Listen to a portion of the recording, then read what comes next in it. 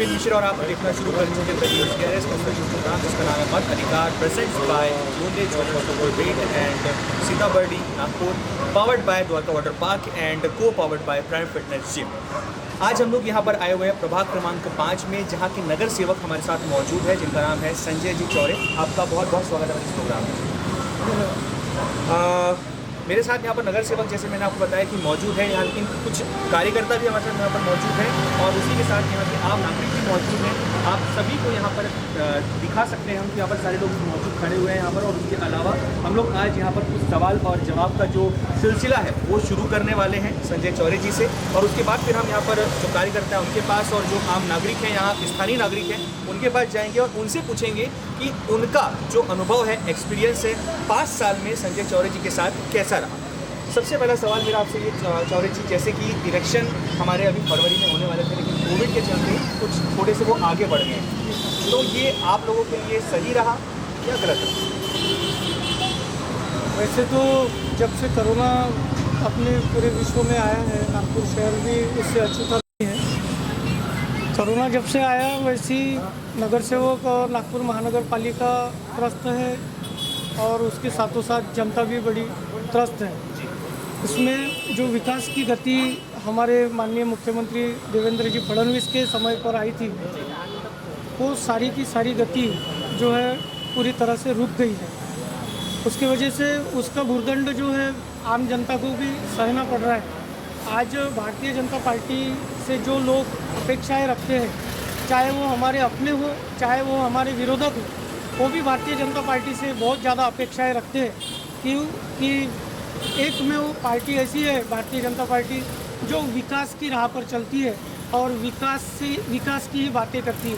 हमारे पास विकास के सिवाय और कोई मुद्दे नहीं है, लेकिन इस विकास की गति को नागपुर महानगर पालिका में जब से तुकाराम जी मुंडे आए, उन्होंने रोक दिया और उनका साथ कोरोना ने निभाया। मुंडे जी को गए तो लगभग 1 साल होता आ रहा है सर, लेकिन उन्होंने जो दिशा निर्देश दिए या उन्होंने जो कानून बनाए, उन्हीं कानूनों के तहत आज भी सारे अधिकारी महानगर पालिका में काम करते हैं। जैसे कि मैंने बताया कि लगभग 5 साल पूरे हो चुके हैं। आने वाली 23 फरवरी को 5 साल का कार्यकाल नागपुर महानगर पालिका में भारतीय जनता पार्टी का भी और आपका भी पूरा हो जाएगा।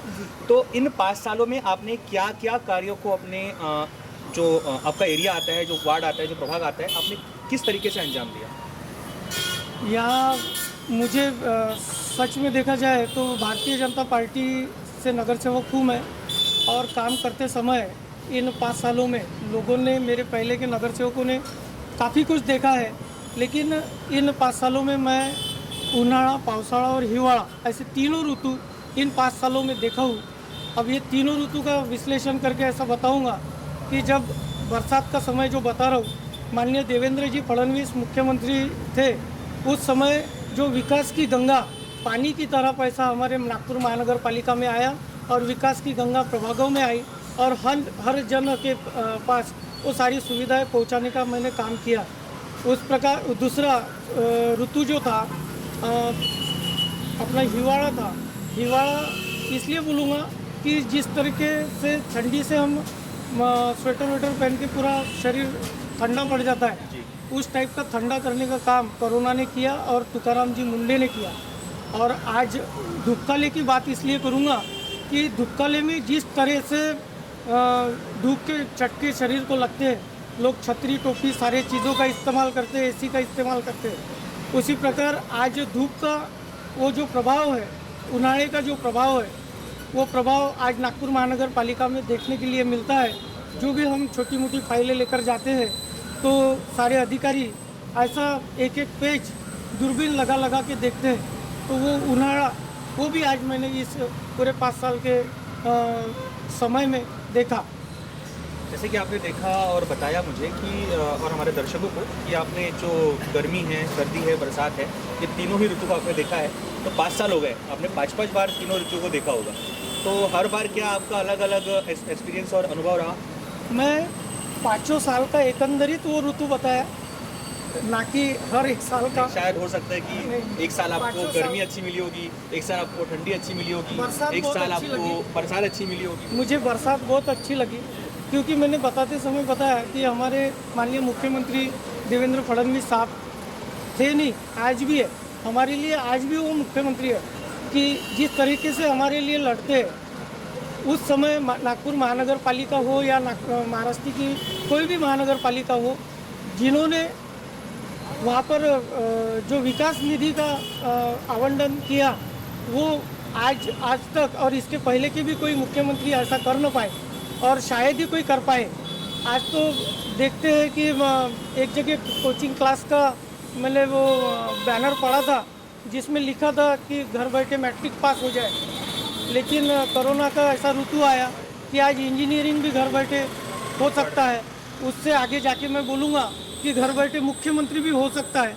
तो वो तो छोड़ो जी, घर बैठे मुख्यमंत्री काम भी कर सकता है। आज हम देख रहे हैं हमारे मुख्यमंत्री ऐसे नहीं थे, गली गली घूम के हर किसी की समस्या छुड़ाने का काम हमारे मुख्यमंत्री साहब ने किया। इसलिए मैंने कहा कि वो आज भी थे नहीं, आज भी है, हमारे लिए रहेंगे, वो मुख्यमंत्री हमारे लिए है। जैसे कि हमने आपको बताया था कि हमारे साथ यहाँ इस एरिया के प्रभाग क्रमांक 5 के कुछ नागरिक और कार्यकर्ता भी मौजूद हैं। हम उनसे जानेंगे कि उनका क्या अनुभव रहा, उनका क्या एक्सपीरियंस रहा, चुनाव आ रहा है, वो क्या कहना चाहते हैं, वो क्या बोलना चाहते हैं। सर, आपका नाम? आप शुरू करिए सर। राजेश साहू। राजेश साहू जी नाम है आपका। आप कब से यहाँ पर इस एरिया में रह रहे हैं?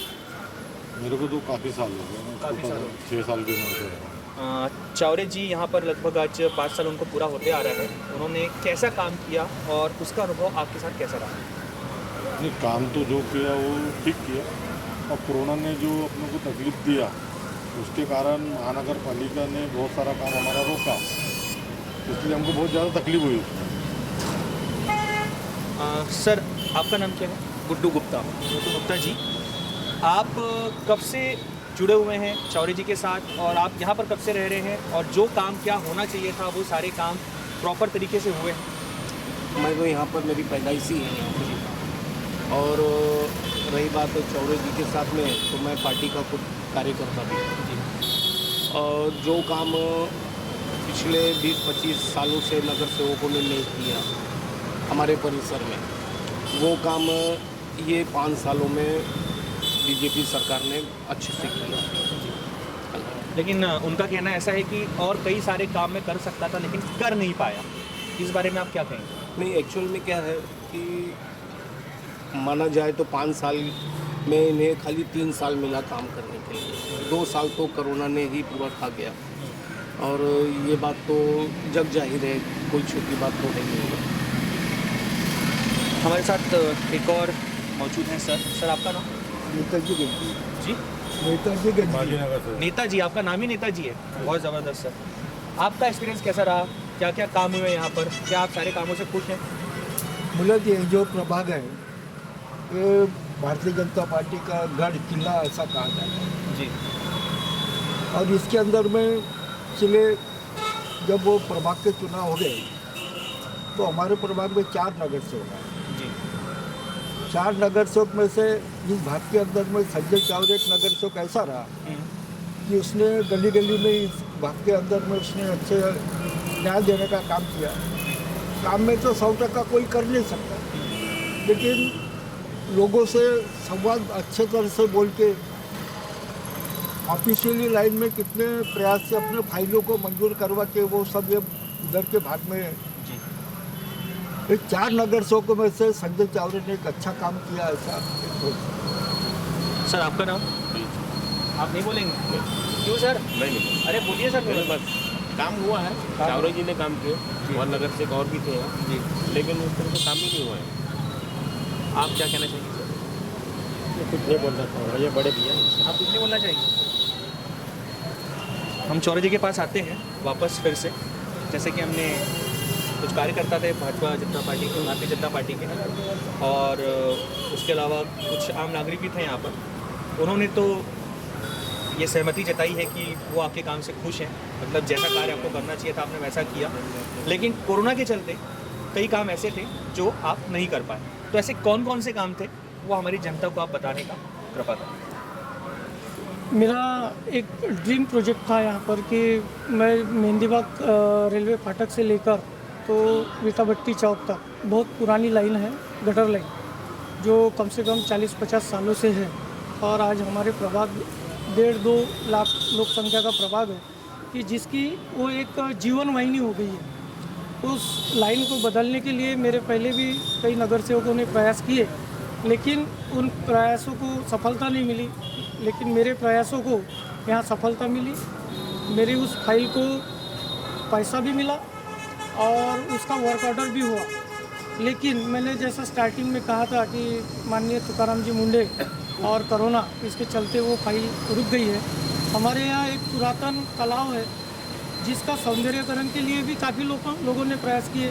पिछले बार आंदोलन भी हुए, लेकिन मुझे लगता है कि वो सिर्फ और सिर्फ राजनीतिक स्टंट था। राजनीति के लिए उन्होंने वो तालाब का नाम बताने की तालाब का नाम हमारे मंगलवारी तालाब है, उसके लिए भी मैंने पैसा सैंक्शन करके रखा हूँ, जिसका वर्क ऑर्डर भी हुआ है।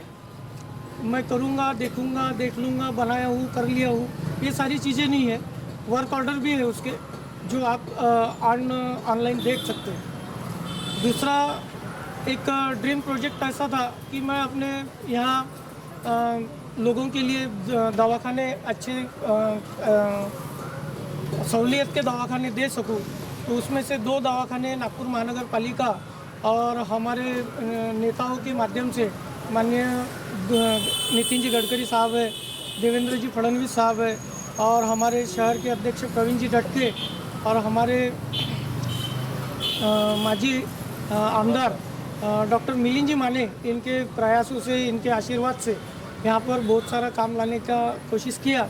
और 2 दवाखाने बन के ऑलरेडी तैयार है, जिसमें लोग सुविधाएं ले रहे हैं। तीसरा एक दवाखाना यहाँ सोनार टोली के अंदर अभी बनने जा रहा है, जो वंदे भारत के नाम से है। माननीय दयाशंकर जी तिवारी, हमारे महापौर साहब, इनके निधि से वो वहाँ पर बन रहा है। बहुत अच्छी तरीके का दवाखाना। ये कोरोना की ही वजह से दिमाग में आया कि लोगों को गटर लाइन, रोड, रास्ते की सुविधा दो चाहे मत दो, लेकिन एक हाँ अस्पताल की सुविधा लोगों को देनी चाहिए, जिससे कि लोगों की जान ना जाए। बराबर है। रोड, रास्ते और गटर लाइन और लाइट, इसके विपरीत भी आज कोरोना ने बता दिया कि इंसान को, हर आदमी को दवाखाने की भी ज़रूरत है।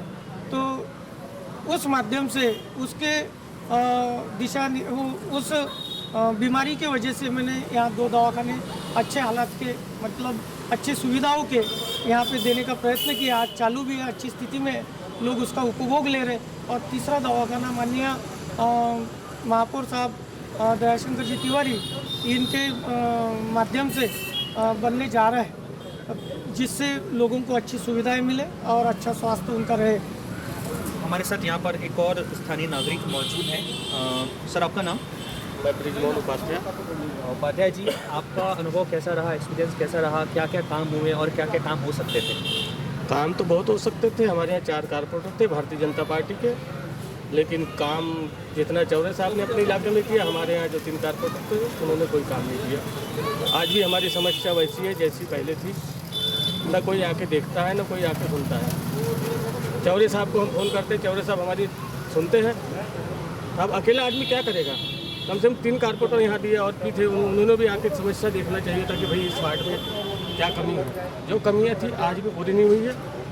मानते हैं कि भारतीय जनता पार्टी एक राष्ट्रीय लेवल की पार्टी है, उनके माध्यम से बहुत से काम होना चाहिए था। हमारी सरकार थी, हमारे भाई कारपोरेशन में हमारे दयाशंकर जी थे, माननीय महापौर जी थे, फिर भी हमारे काम अगर ऐसे पीछे रहेंगे तो कैसा चलेगा? भारतीय जनता पार्टी के 3 कारपोरेटर तो आज तक हमने देखा ही नहीं, उनकी शक्ल ही नहीं देखा कि भाई ये यहाँ पे काम किए नहीं किए। चौरे जी, एक सबसे बड़ी शिकायत यहाँ पर सबकी ये खुलकर के सामने आ रही है कि आपके लोग सभी तारीफ कर रहे हैं, लेकिन जो आपके साथ और 3 नगर सेवक हैं वो कभी सामने नहीं आए, उन्होंने कुछ काम नहीं किया। क्या बराबर तालमेल आपने बैठा के नहीं रखा लोगों के साथ में? आप सामने आ गए और 3 लोग सामने नहीं आ पाए। तालमेल का इशू ऐसा है कि हमारे जो नगर सेवक हैं सभी अपने अपने जगह अच्छे हैं, बरोबर है, सभी अपने अपनी जगह अपने क्षेत्रों में काम करते शिकायत हैं। क्यों है सबको फिर कि 3 नगर सेवकों ने काम नहीं किया, सिर्फ एक ही नगर सेवक है संजय चावरे, जो कि काम करता आ रहा है, बाकी को हमने काम करते हुए नहीं देखा? यहाँ मैं स्थानिक हूँ, यहाँ का मैं रहवासी हूँ, इसलिए लोगों में सुबह से लेके दोपहर तक, शाम तक जब भी बुलाए तब at a time on the spot तैयार रहता हूँ, इसलिए लोगों की नज़र में मैं आता हूँ। अभी हमारे दूसरे जो नगर सेवक हैं, हमारे भाई प्रवीण जी विसीकर, वो गांधी बाग में रहते हैं, उनको आने को थोड़ा सा समय लगता, लेकिन काम के अच्छे हैं, वो भी काम करते हैं बहुत सा काम। अब वो माजी स्टैंडिंग कमेटी चेयरमैन वगैरह रह चुके हैं, उनकी वजह से उनको अच्छा खासा मनपा का अनुभव है और उस अनुभव का फ़ायदा उससे मुझे भी मिलता है। मेरी कई अड़चन होती है तो मैं उनसे पूछताछ कर लेता हूँ कि भैया आगे कैसा करना, तो वो अच्छी राह मुझे दिखाते हैं और काम में अच्छा मुझे सहयोग भी करते हैं।